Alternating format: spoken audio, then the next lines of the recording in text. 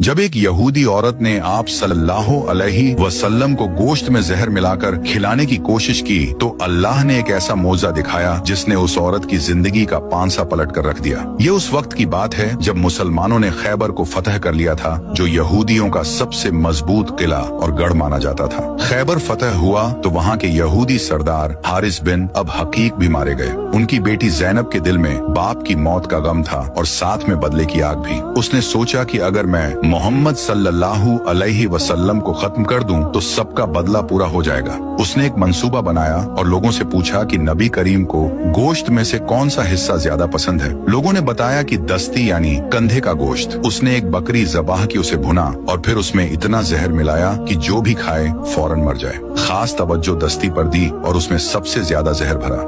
फिर वो नबी करीम की खिदमत में हाजिर हुई और अर्ज किया कि ये हदिया है, कबूल फरमाएं। नबी करीम हमेशा हदिया और तोहफा कबूल फरमाते थे। अभी नबी करीम ने गोश्त मुंह तक ले जाया ही था और नवाला चब्बा ही रहे थे कि अल्लाह की कुदरत से उन्हें बताया गया, रुक जाओ, इसमें जहर है। कुछ रिवायत के मुताबिक गोश्त का टुकड़ा खुद बोल उठा और कुछ के मुताबिक आप सल्लल्लाहु अलैहि वसल्लम पर वही नाजिल हुई और नबी करीम ने चबाकर थूक दिया था। लेकिन अलमिया यह हुआ कि एक सहाबी हजरत बशर बिन बरा रजी अल्लाह अन्हु जो साथ बैठे थे वो पहले ही एक लुकमा खा चुके थे। जहर इतना तेज था कि वो फौरन बीमार पड़ गए और कुछ अरसे बाद शहीद हो गए। आप सल्लल्लाहु अलैहि वसल्लम ने जैनब को तलब करके जहर आलूद गोश्त देने की वजह पूछी तो उसने कहा कि मैंने सोचा था कि अगर आप वाकई अल्लाह के नबी हैं तो अल्लाह आपको बचा लेगा और जहर कुछ नहीं कर पाएगा, और अगर आप सिर्फ एक बादशाह हैं तो जहर काम करेगा और मैं अपनी कौम को आपसे हमेशा के लिए निजात दिला दूंगी। नबी सल्लल्लाहु अलैहि वसल्लम ने उसे माफ कर दिया। लेकिन जब हजरत बशर रजी अल्लाहु अन्हु शहीद हुए तो यह मामला सिर्फ नबी सल्लल्लाहु अलैहि वसल्लम का न रहा,